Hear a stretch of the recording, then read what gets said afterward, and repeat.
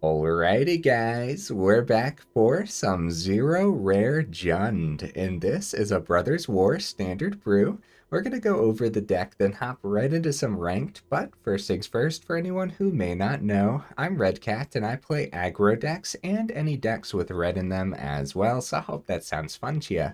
Also, we do got that Discord link down in the description if you're interested in joining that up. Okay, what do we got in the build here? This one's loosely based around Radha, Coalition Warlord. This is a 4-mana 3/3 legendary creature with domain, and whenever Radha becomes tapped, another target creature you control gets +X/+X until end of turn, where X is the number of basic land types among lands you control. So a pretty cool little card that we don't get to see ever, right? Now we do have other domain cards in here as well. Couple Weatherseed Treaties, and 4 Nishoba Brawlers, which I guess we don't get to see these too often either, huh? So this is a 2 mana with Trample, and then its power is equal to the number of basic land types among lands you control. So often this is just a 2 mana 3/3 with Trample, which is pretty awesome, honestly. This is one of those cards. Yeah, I'm really shocked we don't get to see Domain more often, because Domain's such a cool ability, and there's a lot of powerful cards packed in too. Now, Weatherseed Treaty, the first chapter. This does have read ahead too, so that's nice. First chapter is search your library for a basic land card, put it onto the battlefield tapped, then shuffle. Cool. Second chapter gets us a 1/1 token. Okay. And then the third chapter is the domain part. Target creature you control gets +X/+X and gains trample until end of turn, where of course X is the number of basic land types among lands you control. And so while it is Jund, we do have enough domain cards in here to have a couple Radiant Groves and a couple Tangled Islets as well, just to help out those domain abilities.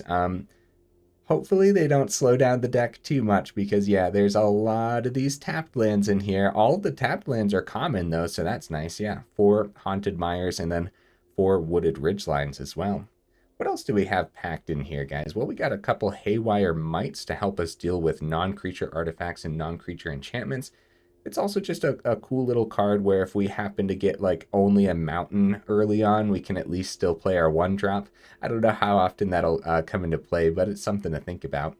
We have 4 Bushwhacks in here to make sure that we have the land that we need onto the board, but also act as our removal.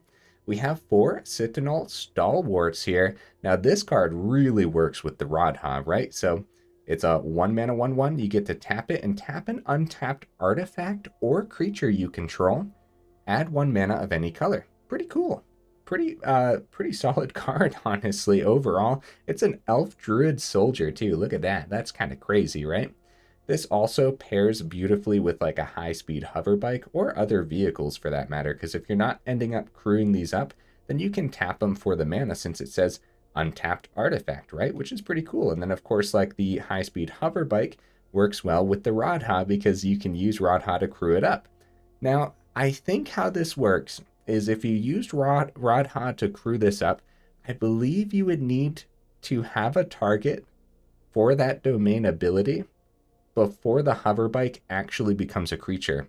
So hopefully we get a chance to like test that out today or something. But yeah, I don't think you can use Radha's ability on the hoverbike unless it was already a creature. So yeah, hopefully we get to test that out, or let me know in the comments how that works. I'm pretty sure that's how it works. I don't think we can use that ability right away. Anyways, what else do we got here, guys? We got 3 Tamiyo Safekeeping, because protection for some of these creatures is going to be very important when there is so much removal packed into everyone's deck all the time. A little bit more protection here with the Gaea's Gift. Also just giving a counter, some reach, trample, hexproof, indestructible. Last time we played with Gaea's Gift, I was pleasantly surprised. It actually just does a lot, and it's common too, so that is pretty sick.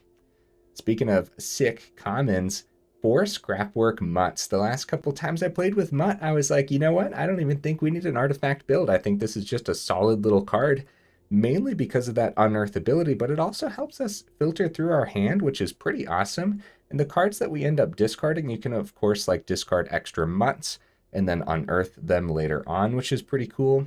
But then also we have 2 Gloomshriekers in here as well. Don't get to see this card too often either, huh? 3 mana 2/1 with Menace. When it enters the battlefield, return target permanent card from your graveyard to your hand. If Gloomshrieker would die, exile it instead. So yeah, if you're discarding extra permanents and stuff with the Mutt, then you can potentially bring them back with the Gloomshrieker, which is cool. Lots of little synergies packed into this deck, honestly.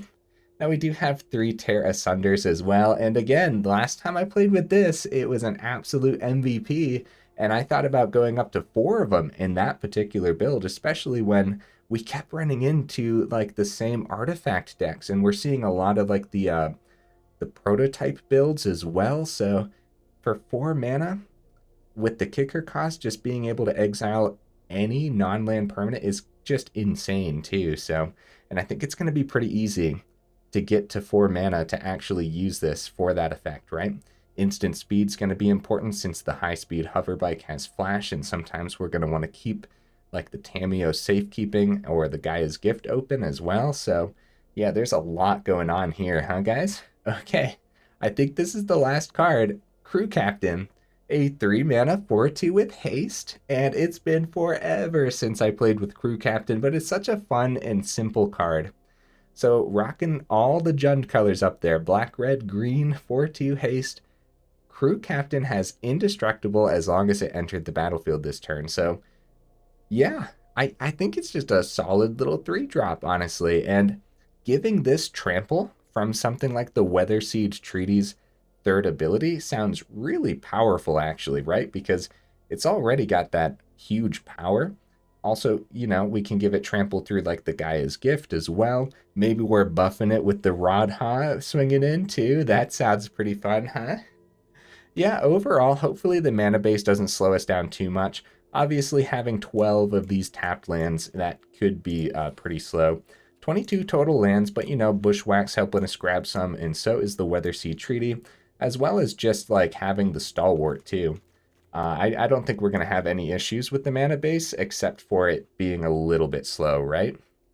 Okay, some honorable mentions over here, guys. Honeymoon Hearse, man. I think this would be pretty sick with the Radha, but it's like I said, I'm pretty sure that whenever you crew up the vehicle with the Radha's ability, I don't think you get to use the Radha's ability on the vehicle. I think it has to target something else before the vehicle actually becomes a creature. But I might be wrong too, and if I am wrong, then the Honeymoon Hearse would be pretty sick with Radha, huh? This one here, the Engineers, guys, yes. This is actually, so I couldn't find room for it in this deck, but this is actually a pretty strong card. Like, it's pretty stacked all in all, so keep your eye on this one. Riveteer's Charm would have been pretty cool in here too, just something to think about. And of course, a direct upgrade if you don't care about having like the whole 0 rare theme, then of course the Proving Ground would be a direct upgrade to the mana base. Just, you know, that's pretty obvious though. Okay, I think that's everything. Like I said, there's a ton of stuff packed in here. I can't believe I'm crazy enough to take this into ranked, but we'll see how we do. I think it'll be all right overall. Even if we get some close games, I'll be pretty satisfied. Let's go ahead and see how we do.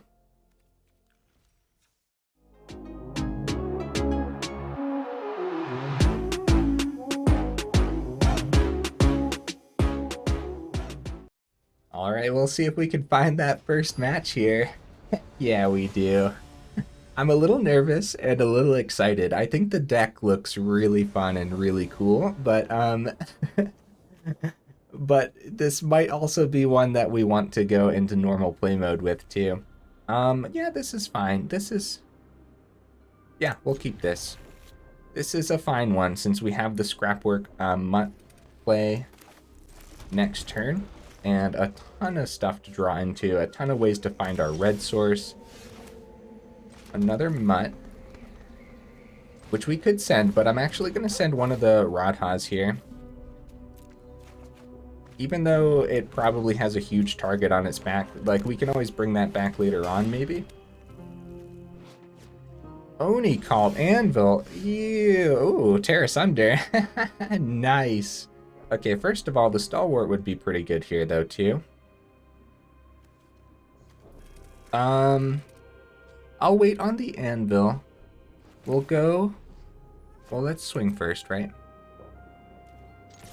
It's not like the Stalwart has haste or anything, so we can't use its ability this turn, because you have to tap it. So just keeping Safekeeping is fine, and then we might top deck an untapped land and go Radha next turn. I think this is fine.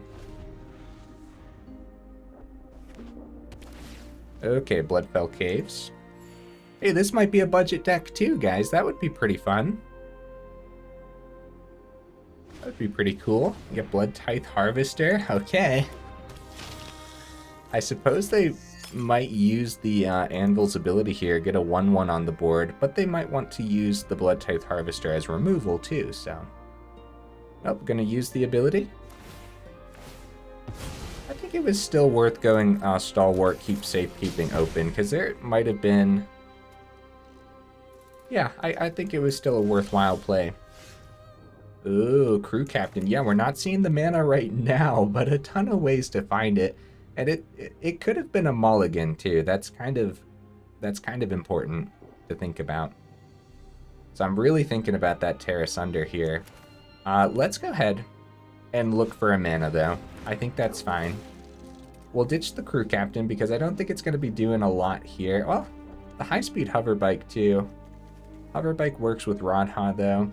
Alright, we'll ditch the Captain and see what we find. Oh, another Mutt. Well, we do have the Safekeeping open. The Construct blocks really well here. Yeah, we're not seeing mana, guys. Oh no. Anything like a Bushwhack too. Alright, we're gonna swing. Because they don't know that we have the Safekeeping, but I also don't mind the Mutt trade. Well, maybe I do mind that a little bit more than I was initially thinking. Because, yeah, we don't have a red source to actually bring that back yet. So we could have used Tamiyo Safekeeping, but that's okay, I think. I mean, eventually we're going to find a land, right? So, also, we could have a pretty good block here if they swing with Harvester, which I don't think they do. That's not a trade that they would appreciate, I would say. And I'd say the Stalwart's the only one worth saving if they try to remove something here. You know what, guys? This does look like a budget build, which is pretty awesome. Now, it has the Haunted Ridge, obviously, but overall... You know, they haven't played like an actual rare card other than the land. Yeah, we might have wanted to hit the Anvil with the Tear Asunder early, but I've been trying to find mana. See, removal for that Stalwart. Yeah, this is worth it. Saving this is so worth it. Because I guess that acts as our red source for the Mutt in the grave too. Not necessarily like we want to do that since we have another one in hand, but... Okay, down to 16. Hey, we found mana. It doesn't do anything for us, though. But, I mean, at least we found one. That's good news, right? Let's go with... I think it's got to be the Tear Asunder for the Oni Call Anvil, right? We also could have went the Scrapwork Mutt again and tried to find an actual thing that works for us. Let's just do this while it's tapped out. Let's get it out of here, right? I think that's worth it. They got a good amount of value from it for the last couple turns. And we're just going to keep the Mutt to block and obviously not swinging in with the Stalwart. We might be able to get the Radha Coalition Warlord down, guys, on our first game. Yeah, even though we didn't really see the mana, like, we're fine overall, right? Now, the Radiant Grove and the Islet here are only in here for the domain's sake. And we might want to consider dropping down to just one of each of them and then not worrying too much about the domain. And maybe going up some of the black-red dual lands, but I don't think we need them necessarily. Also, I don't care what deck we're playing, this would still be scary regardless.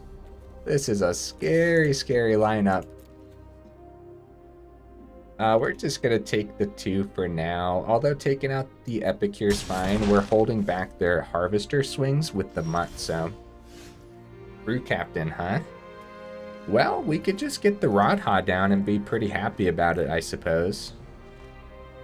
We could also try the Mutt, ditch the captain, and see if we find some mana. Now, I know we only got the 22, but still, I like that because we have High-Speed Hoverbike open then, too. Weatherseed Treaty. Okay, finally, something that actually helps us find mana. That's not bad, guys. That's not bad at all. So, we get to tap one of their creatures when the Hoverbike enters. So, we could probably get a swing with the Mutt, too. One of the Mutts, but then we're going to have to tap down. I think we just save blockers and make sure we put a stop on their first main phase just in case it doesn't for some reason. Okay, yeah, a little bit of a janky first match here, but I mean, we're holding our own a little bit, even though we're struggling with the mana. Okay, synthesizer. Go for the throat, nice. Doesn't hit the Mutt, but it does hit the Stalwart, unfortunately. That might not be what they do this turn. Oh, that's what they do this turn. Okay, let's go ahead. We're going to use the Stalwart's ability here. Is that what we want to do? I guess so, yeah. It's not like we want to miss this opportunity. And we'll go ahead and tap down the Epicure. Which one don't we want them to swing with? Because if they swing with both Harvesters and we take a little bit of extra damage but actually hit one, that would be fine. I guess Harvester is fine, though. Less damage overall is the better bet, and then also the Harvester ability can take out the Mutt anyways. So I think I like that. Now we don't have the 4th mana for the Radha, though, when it comes time. Unless we draw one, which at this rate, it doesn't feel like we're going to draw one, huh? The Weatherseed Treaty helps us find the red source that we need, though, which is pretty important. Yeah, we'll go ahead and, I guess, screw up and take out the Epicure. If they have 1 damage for the Hoverbike, or if they use a Voltage Surge on it, I think that's fine. If they have something fancy here, yeah, it's fine. Oh, nice. We actually just got away with it. Okay, Weatherseed Treaty is going to have to come down with the first ability here. Now, this is where, like, the 4 Bushwhacks would have just been amazing here in the early game to help us, I guess, figure out the mess a little bit, huh? If we can actually pull this off, that would be insane. Overall, it sounds silly, guys, but I actually enjoy these types of matches where it seems like the odds are stacked against you. Anyone else, or am I alone? I know it can definitely be a little bit annoying not finding, like, the stuff that you need, but at the same time, it's pretty fun sometimes, just, like, trying to work it out. Invoke Despair! No! My Weatherseed Treaty! You monster! Alright. Well, creature, Mutt is out of here. They have a lot of damage on board. I think I would use a Harvester to take out Mutt and then start full swinging. What would you guys do? Well, at the same time, they could just swing. If they go Harvester to take out Mutt, we can crew up Hoverbike and still try to take out the other Harvester. It's been forever since we've seen. I think we'll take that block, honestly. We're slowly losing everything. But, like, it's fine. We actually can use the Mutt from the grave to... Okay. A Stalwart. Hey, you know what we could do? We could test what I was saying with the Hoverbike and see if it works.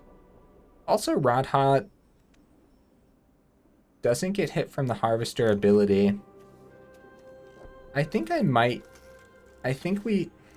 this is tough, guys.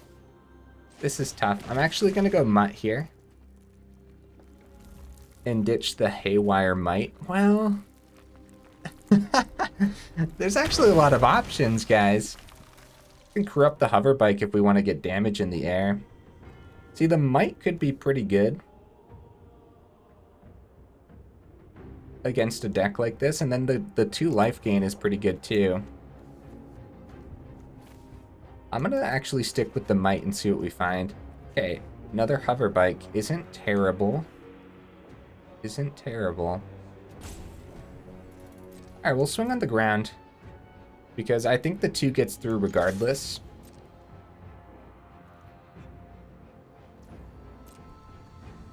Yeah, the draws are a little bit janky, but honestly, I did a bunch of test draws with this one. I think it's just one of those types of matches, you know what I mean? So we'll get High-Speed Hoverbike down and tap down one of the Harvesters to try to take less damage. I think that'll be fine. They have the research desk available this turn. A ton of mana must be nice, right?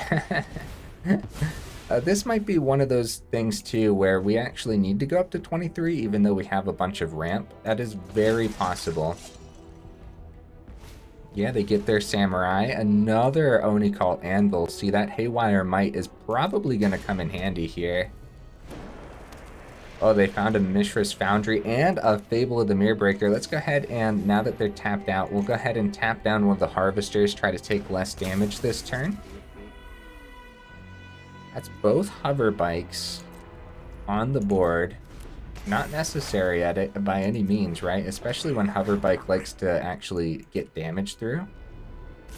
Swing for 4. And Haywire Mite probably just comes down to try to take out the Anvil. Oh, going down to 7 here. Uh-oh. Uh-oh. Okay. Another Stalwart. I can't tell if we need more mana or if we need more luck, guys. But either way, let's take out that Anvil while it's tapped out, and we gain some. Oh, the Fable of the Mirror-Breaker, though. Oh, it's Anvil, right? It's Anvil. You know what we could have done too? Nah, we'll just get the Stalwart down.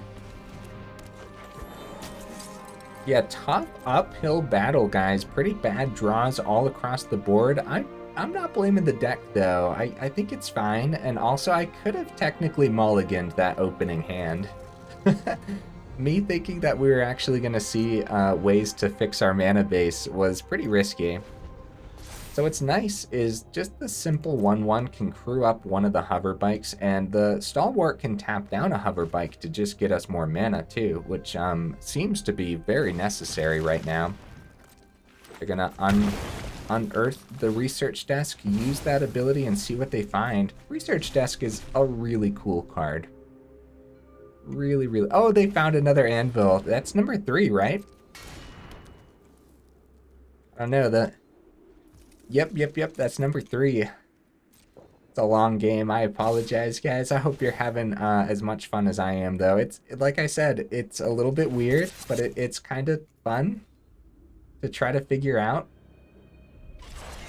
how to win, even though the odds are stacked against you, you know? So we're forced to block the Harvester here. Wait. Okay, yeah, no, that's 8 damage then, right? Am I counting wrong? No, yeah, that's 8 damage. Oh, the Anvil's the 9th damage, though. Yeah. Hey, GG opponent. That was a tough uphill battle. Let's drop him that good game. It's been forever since we saw an Oni Cult Anvil deck. I wonder why. I wonder what made it less popular.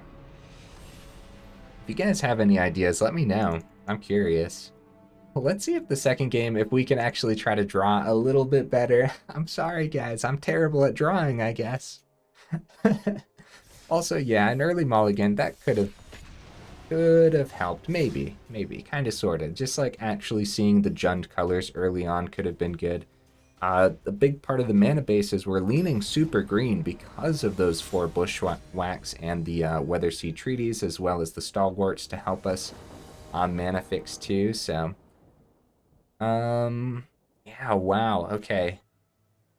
Yeah, this is a better hand, right? But I'm a little bit concerned after the last match. I'm almost certain we'll draw better though, right? I'm almost certain. So going Swamp into Brawler, this is already just ridiculous, guys. I love it. buff the sleeper. Yeah, not going first here is a little bit scary, but let's get that brawler down. It's above a cut down range, so that's good. It is very, very good. Poor crew captain. He'll get to see some action here eventually, right? Go for the throat, you monster. Yeah, not having the Tamiyo safekeeping, guys. Now, Gloomshrieker happens to be pretty decent, though, so... Weatherseed Treaty, now that's just better, right? We get the red source and we get the ball rolling. Yeah, that's just better. See, this is what I'm talking about, guys. This is how it was kind of supposed to go in the other game here. And, like, that's a little bit of ramp, too, so we're already going to have 5 mana next turn to just start, like, you know, we get to keep the safekeeping open and all that other fun stuff, too. I think what we're going to want to do is bring back Brawler as soon as possible. We're probably going to have to trade into the Sleeper at some point. Knight of Dusk's Shadow. Okay, that's a little bit scary. So 5 mana or Wooded Ridgeline 3 mana. Could still get Crew Captain down regardless. Well, either way, let's go Gloomshrieker and then... I guess get the Brawler back on the board too. That seems a little bit better, right? So Brawler's a 4/3 with Trample. Like I said, we might have to trade into that Sleeper. They did plug a good chunk of mana into it too, so... Gloomshrieker is a great card, guys. If you're running Golgari colors and anything, like maybe even a 1-of just sometimes, because there's still so much removal everywhere that just being able to bring your creatures back is pretty good. No great blocks here, guys. If we double block the... yeah... They get to use the ability, it'll be a 3/3. We still get to take it out, but we lose 2 of our creatures. Let's go no blocks. I think we'll survive for a turn. As long as they don't go right into an Invoke Despair next turn, we'll be fine, right? Okay, down to 7. Tamiyo Safekeeping gains us life as long as the Knight of Dusk Shadow isn't on the board. Crap, that's kind of bad news, huh? Probably save the Saproling as an emergency blocker here. We got some serious damage, guys. Like, we got some serious damage. Holy cow. Keep the Hoverbike available with the safekeeping available too, right? Yeah, we should save this as an emergency blocker because they have a lot of damage on the board. We're kind of banking on the life. No. Yeah, we don't gain life from the safekeeping. So we're banking on the tap from the Hoverbike. I gotta be careful, guys. I did that the last time I played against the Knight. Where, yeah, I was banking on life gain from the, what was it? It was Pack Song Pup. And we were up against a Knight of the Dusk's Shadow deck. It looked like the deck was probably running 4 of them, like. But yeah, I was banking on the life gain from the Pack Song Pup, and obviously that was not a great thing to bank on. This is actually just a great card, man. Like, there are so many powerful, like, commons and uncommons. It's kind of crazy. Okay, it's about to go on to their attackers, right? So let's go ahead, tap down a creature. As much as I would love to keep Tamiyo's safekeeping,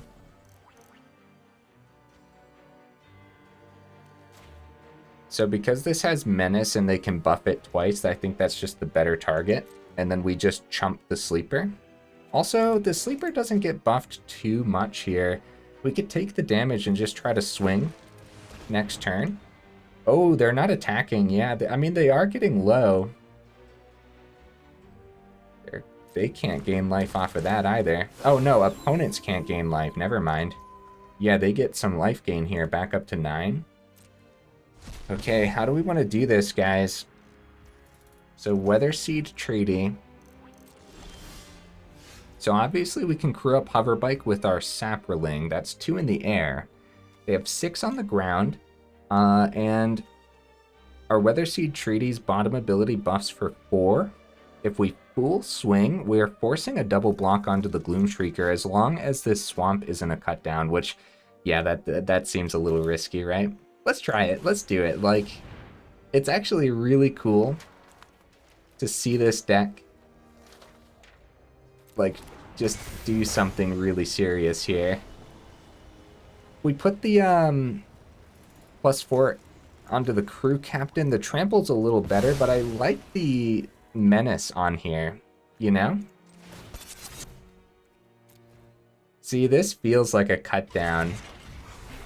We still have the other Gloomshrieker, but we're probably dead if, depending on what happens here. Because they'd have to double block the Gloomshrieker. If they block the crew captain with any of these, they could keep the other one back and just take 8 damage, but they don't know what's in hand. We do have a red source on the board. Could be some simple burn, right? So, like, I don't know. It comes down, like, a cut down on the High-Speed Hoverbike would definitely be enough. Okay, they're going to take 8. Oh, no. Oh, no, guys. So, at this point, we're going to have to attempt the Gloomshrieker, and I'm pretty sure we're just dead. So I'm surprised they risked the 8 because... So it's probably Weatherseed Treaty, right? Because of the trample. I think so. I'm surprised they risked the 8 because, yeah, we could have had simple burn and that could have done it, but yeah. We'll see. We can't block the Knight of the Dusk's shadow regardless. All they need is simple removal for this Gloomshrieker and full swing. And even the Trespasser, like, they don't even have to buff using the Knight. Although they did already use a Go for the Throat and an Infernal Grasp, so maybe we're in the clear. Guys, we might get a little lucky here, huh? Mono Black not having a cut down. They're thinking about it. They're probably sweating from the Hoverbike. Ooh, get some life gain. Yeah, swing with the Trespasser, force us to block. Gain even more life, get above the Hoverbike's range. They have to at least swing with the Trespasser to gain more life, yeah. Yeah, they might as well full swing that because this has Menace, and I guess they don't plan on blocking on the ground. They know we have the Weatherseed Treaty, though. So we are down to 4. Blocking here. Okay, down to 2, Scrapwork Mutt. It's too bad that's not just chilling in the grave. Tamiyo's Safekeeping will be open as well. So we're going to crew up. Because Gloomshrieker has Menace, so they're banking on removal for the Gloomshrieker. Right? But we have Tamiyo's Safekeeping. Oh, GG opponent, it wasn't removal. Well, if it was, yeah, like I said, if they had just casually ranking up, don't mind me, view battlefield, right, they had a single swamp. So if it was a cut down, they would have targeted the Gloomshrieker because of the menace, right? But the Tamiyo Safekeeping would have kept it safe and we would have won. That was a tricky one, guys, but that was pretty cool, huh? Let's go ahead, see if we can get one more match in. Win or lose, you can't ask for more than beating some mono black. You know what I mean? Because it's just so vicious and has some of the best creatures. Like the Trespasser is just nasty, right? So being able to get around that also showcased the synergies packed into this deck, which is just really neat to see happen. Okay, so we have 2 Haunted Mires here. You know, Scrapwork helps us filter. You know, yeah, that first game was something else, man. We filtered through with like 3 different Scrapwork Mutts. That first game was something else, guys. All right, we'll give it a shot. Because we'll see if we can redeem like the not... Ooh, that's really good. It's a really good draw. Okay, beautiful. We're probably making our way now. We'll probably see what we need. Haunted Mire. Okay. Okay. So let's ditch the Hoverbike here.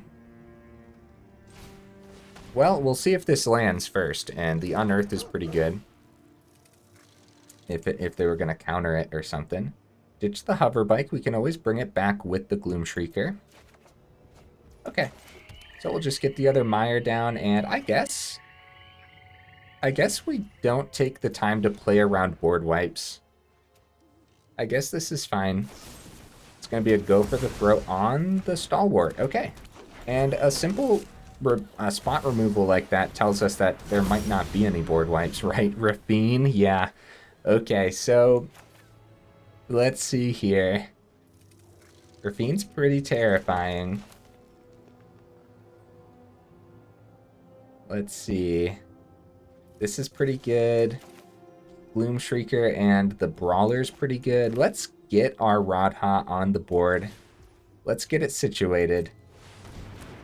Everything's tapped out, but now we have our boss monster on the board. Their boss monster is looking a little bit more powerful, but you never know, guys. If they don't have removal for the Radha, then it can really pack a punch. Woo, Tear Asunder. Oh man, the ward on this, huh? The ward, keeping it alive for now. I mean, we could use the Stalwart, but actually, if we do use the Stalwart, we could buff the Mutt, and then that would be their target for... Yeah, that would be the target for a Wandering Emperor. Alright, let's go ahead and kick this. Take out Rafine, and we do all this before combat. For a reason, right? Okay, the ward. So we'll just do a green.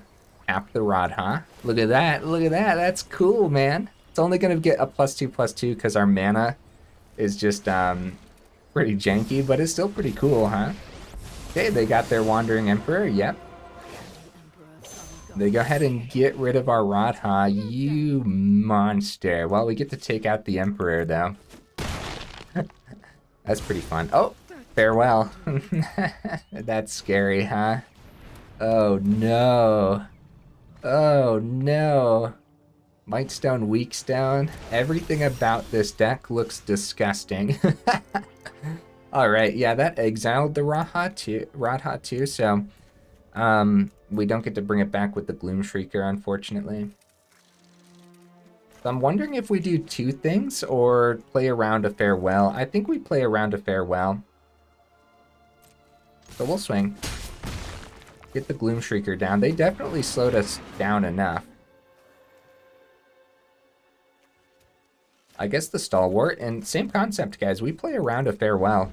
We know it's in the deck now, and some of them are running like 3 to 4 of them, which is just way too many Farewells. Okay, they have the Lord Protector for 7 mana. They get to... I've never seen the Urza Planeswalker in play. So that'll be fun.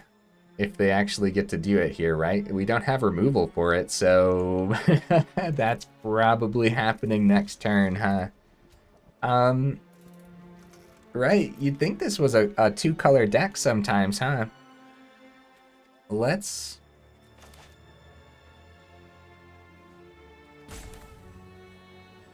just get a good swing in, guys. Let's get a good swing. Because we can't do anything about this, and now that they have that on the board, we don't have to play around the Farewell either, so we could get more on the board. But I think we'll just get a swing, because they're about to get a Planeswalker here.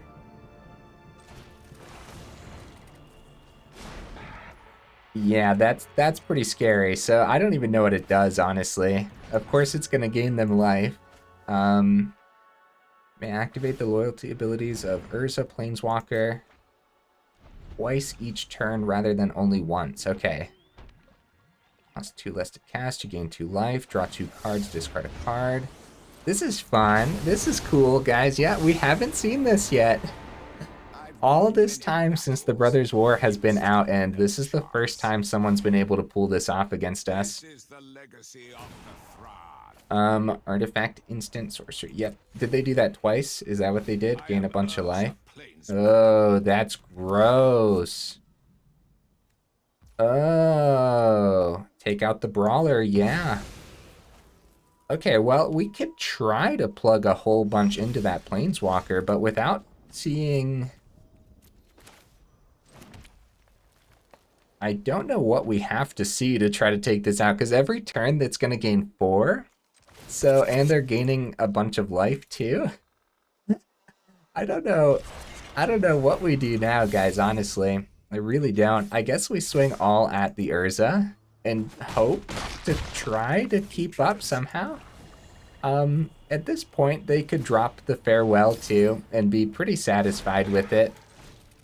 We're dumping everything out because now that they have their Urza, the game is pretty much over, right? So, like, if they had the Farewell to put that extra nail in the coffin, then it would be fine.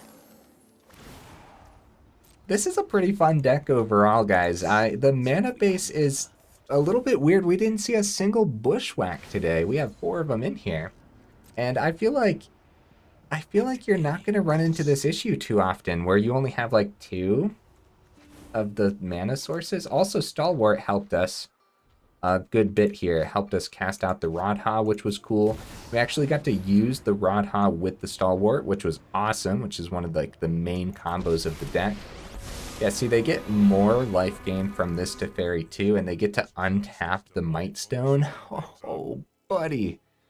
Woo! That's scary, man. Actually, I'm surprised we don't see more control like this, right? They get to tap down my Brawler, but I think that's only till the end. It's not like the end of their next turn, right? Right, yeah, this just tap down. Another Urza, because why not at this point? It's an extra blocker, too. What do we need to see? Well, not a Brawler, that's for sure. So, swinging at the Urza Planeswalker is probably the best bet. Wait.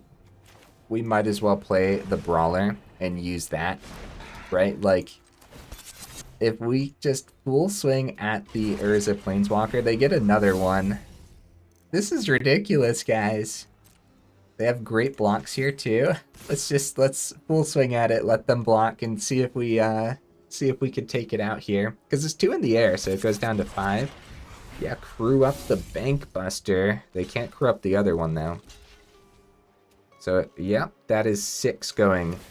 Oh, Seed of the Empire for the Hoverbike. Oh, that's 4 going to the Planeswalker. Oh, no, guys. Well, we have the Mutt for next turn, but we'll have to use the Stalwart to actually do that. I mean, this game was over pretty much after the Wandering Emperor, right? Like, it is that much of a downside for this type of deck, especially when we're not seeing too much overall. Again, I don't think that's the deck. I think we're getting a little unlucky. Because I always do like 1,000 test draws. Not literally 1,000, but I do a bunch of test draws to make sure like it draws well, gets the mana that it needs. So I think overall we're getting unlucky, but I'm sticking around this match. Wow, drops the depopulate. Just to like make sure, just to have us make sure that we know that they're playing control, right? So we might want to concede, guys, because there's not actually going to be a lot of ways for them to get this excess damage through, right? Oh, we found an islet here. And we actually can't bring the Mutt back because we don't have the red sources. So yeah, we're going to talk about the mana base a little bit, guys. But again, I don't think it's how the mana base is set up. I think it's just these matches. We'll go one more turn to see if we can ditch this swamp for the Mutt, right? See if we can find our red source. Actually, how fast do you guys think? So, how fast do you guys think they can actually get through? Because they can swing with this other Bank Buster too. Wow, Relic of Legends. That's a unique one to have in there. I like that opponent. That's pretty cool. Yeah, we can let them play this out, guys. Their Bank Busters can close this out now that they're getting extra creatures. Because next turn they can go they can go 0 twice on the Urza, power up both Bank Busters. Hey, let's go, guys. The Bushwhack. Oh my goodness. It might not even land. Yeah, I was going to say. Nice. That is awesome. I love the opponent like looking at the lands like, what on earth is happening? That's pretty cool though. And a Wooded Ridgeline as well. Go ahead and swing at that Urza Planeswalker. And we'll let them play this out. How often does do control players actually get a chance to wrap up a game, right? Let's give them one of these too. It's been forever since I was able to drop my favorite emote. I don't know why. I guess I'm just forgetting. Then drop them that GG's as well.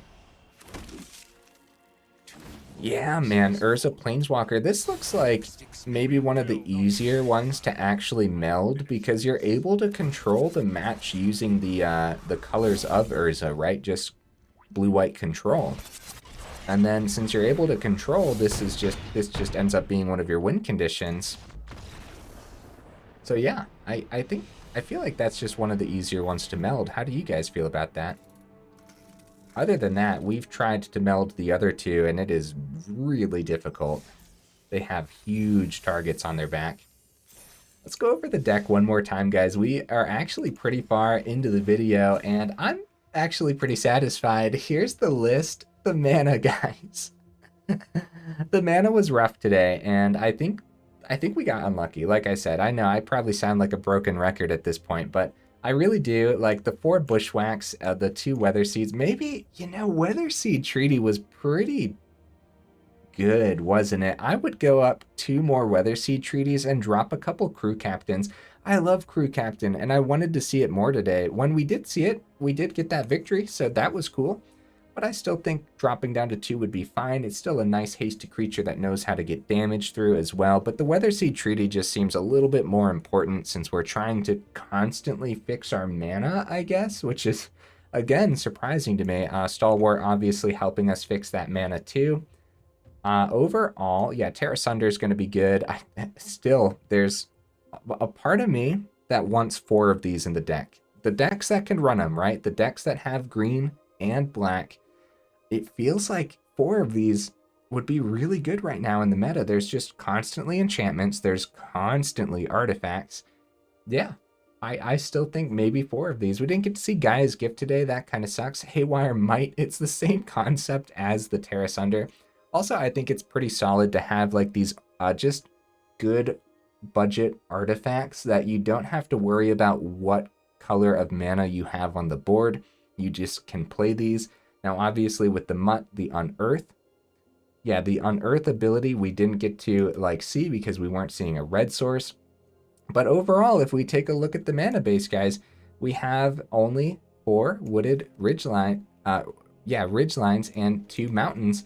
And then the rest is just trying to fix the red source through Stalwart, grabbing the Mountains through Bushwhack, or grabbing the Mountains through Weatherseed Treaty. Kind of a similar case for the swamps. Only 6 swamp sources here, where we need that for the Gloomshrieker, the Crew Captain, and the Tear Asunder. And it's the same concept, right? We're using Bushwhack to grab the swamps, Stalwart to fix the mana, and Weatherseed Treaty to grab the swamps. So it's a little greedy, huh? Maybe go down a Radiant Grove and go down a Tangled Islet and go up the what is it, guys? What is it? It is the Geothermal Bog. That's probably what I would do. I would drop a Radiant Grove, drop a Tangled Islet, and go up 2 Geothermal Bogs. And I think that would help out a lot, actually. So that's really something to consider. If you guys notice down in the description a different version of the deck, that's probably all I would change for a different version, just to make the mana base a little bit more consistent. And I do think that would help quite a bit. So that's something to consider. Either way, guys, hey, if you made it this far in to the video, then y'all are champions, and I super duper appreciate you, and I will see you in the next video.